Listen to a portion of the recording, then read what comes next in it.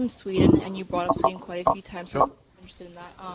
Regarding like some countries in Scandinavia, like Sweden, Denmark, and Norway, they have been taking in quite a few like refugees and immigrants over the past couple of years. But Sweden, in particular, has been taking in a lot of immigrants and refugees.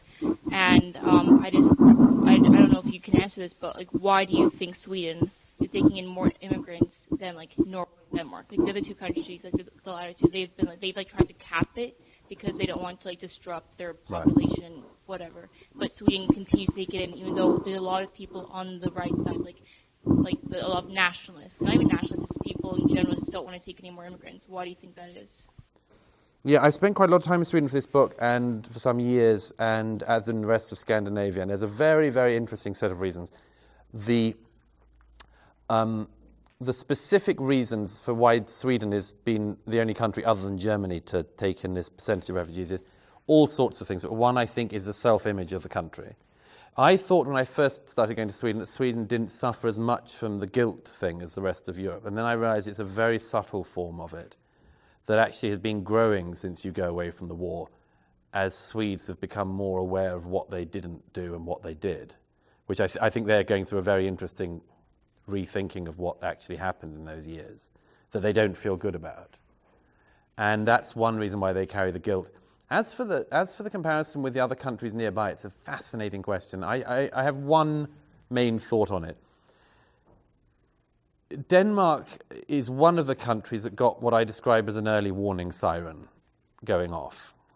Because in 2005, when one very small Danish paper ran a set of cartoons on Mohammed, the whole world went nuts, and embassies were burned, and none was killed in Africa, and there was,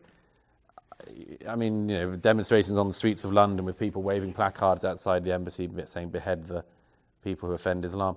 It went all around the world, and the Danish government at the time, I think, learnt a lot from it. And I think that the Danish people learned a lot from it. And I once spoke to a Danish politician some years ago, but some years after the crisis, the cartoon crisis. I always say you've got to say the cartoon crisis with a straight face. It's talks about the mad, strange era we're in.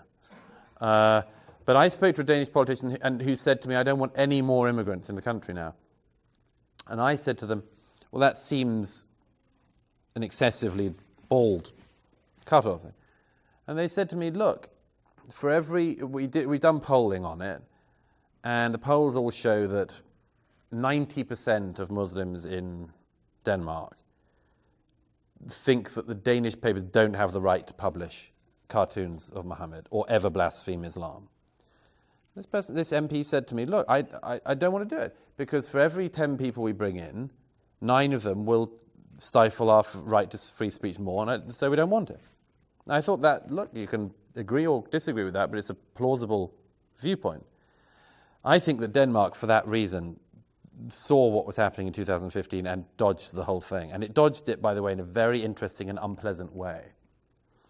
At one point during this book, I spoke to a French official, and I said, "How come you dodged a lot of the 2015 thing?" And this French official said to me, "There's some advantages to being regarded as a racist country."